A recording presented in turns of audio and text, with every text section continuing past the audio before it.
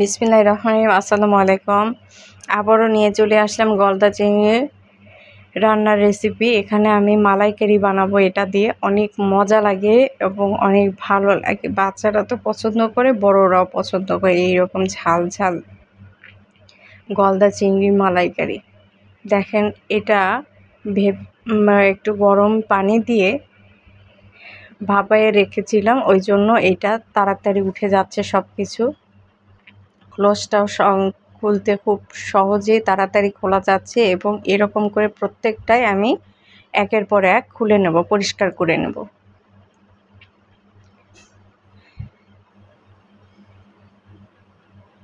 সব সময় তো একঘেয়েমি রান্না বাচ্চারা পছন্দ করে না, একটু ব্যতিক্রম হইলে সবাই পছন্দ করে, বড়রাও খায় বা ছোটরাও খায়। ঝাল টালটা একটু ঠিকঠাক হইলে অনেক মজা হয়। এই যে দেখেন, মাখো মাখো ভাব, অনেক লোভনীয় একটা খাবার, কম বেশি সবাই পছন্দ করে। এখানে আমি সবগুলো মশলা উপকরণ একসাথে দিয়ে আমি কষানো শুরু করে দিয়েছি। আমার কষানোটা হয়ে যাওয়ার মধ্যে এর মধ্যে এখন আমি গলদা চিংড়িটা দিব। মালাইকারি বানাতে এইরকম ঘনত্ব না হলে মালাইকারিটা মজা হয় না এবং খেতেও সুন্দর হয় না। ঝাল ঝাল মজাদার মালাইকারি, গলদা চিংড়ি মালাইকারি অনেক পছন্দের খাবার সবার। এখানে একটু লেবু পাতা দিলাম, এটা গন্ধ একটু ভালো হবে, খেতেও দুর্দান্ত হবে।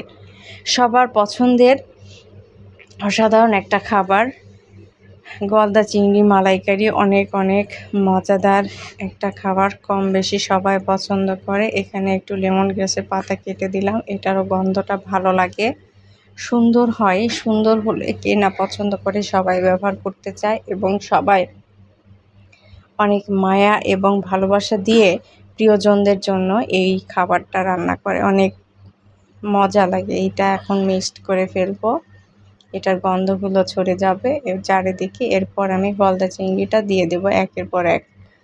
দেখেন, আমার তেলটা উপরে চলে আসছে, মাখো মাখো কালার চলে আসছে, কতটা লোভনীয় একটা খাবার।